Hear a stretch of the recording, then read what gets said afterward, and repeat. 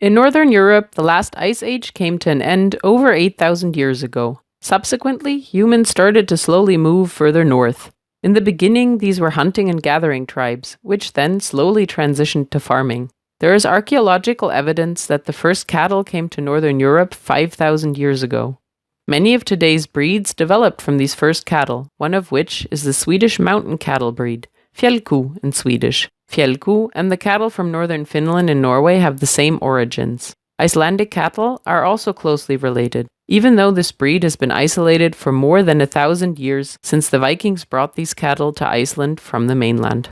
Fjällko are not large cattle. A grown cow measures around 120 to 130 centimeters and weighs approximately 400 to 450 kilograms. Most Fjällko don't have horns, but every so often a horned individual can be found. They are normally white with black or red spots, and often the ears are colored. Typically, a Fjällko produces around 5,500 kilograms of milk per year. This is not much when compared to commercial breeds like Holstein, for example, which produce approximately 9,500 kilograms of milk per year. But Fjällko have other good qualities which are not found in the commercial breeds. The thing about the Fjällko is that they are very good grazers, and they have a fantastic milk. So the caseins in the protein in the milk is very good. They are perfect for cheese making. They have a very high percentage of kappa casein B in the milk.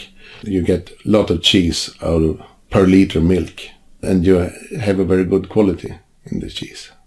The mountainous areas of Sweden have always been home to the Fjällko. Here they had to deal with difficult living conditions, with short summers and long winters. In northern Sweden, agriculture has always relied on cattle. Due to harsh environmental conditions, livestock was a safer investment for food production than growing crops.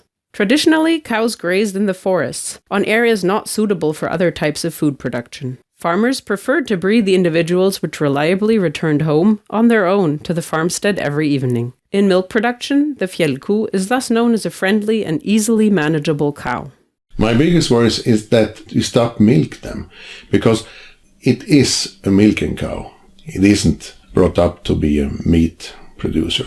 So preserve it, to have it for the future. You have to keep on milking it.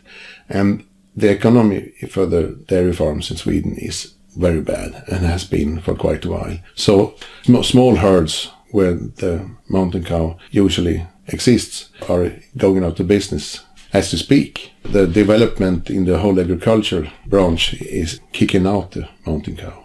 And I do believe that we're going to need it in the future. Fjällko used to be very popular in northern Sweden, and the population size was said to be several hundreds of thousands. But in the 1900s, commercial dairy breeds, like Swedish Holstein and Swedish Red, gained more popularity with the farmers. Over the last 2 decades, the Fjällko breed has changed risk status from vulnerable to endangered, reflecting the decrease in population size. When I think about the Fjällko, and why would we have it for the future, the main reasons for the conservation of the breed is if the climate change is real, and I do believe that, then we have to produce the food for the people in another way than we do today. And I think that the modern breeds, like Holstein and Asia and other, are too sensitive. Then you need to have the old breeds' ability to produce food with simpler forage. And that's where I think that Fjällko, amongst others local breeds, can have a very important future, or at least the genes from it, because we maybe have to crossbreed with other breeds, but the Fjällko has very important genes for the future, in my opinion. Conservation efforts are made through the Swedish National Genetic Resource Program. Farmers receive financial support for purebred Fjällko, and the Breed Association gets support to advise and inform their members. Moreover, the state supports the collection and cryopreservation of Fjällko semen. The most sustainable way of maintaining the unique Fjällko breed is to develop a market for products derived from the breed, based both on milk and meat. You can contribute to the conservation of this breed by buying Fjällko products. High demand for products will improve the economy of the Fjällko farmers and encourage other farmers to keep this breed. The number of Fjällko cows will increase, and this valuable population will thrive also in the future. In short, eat it to save it. If you want to try an interesting cow, a cow that is a lot of cow per kilo, as we say. And if you like difference, then the Fjällko breed is a fantastic breed to work with. They are intelligent, if you can say that about a cow.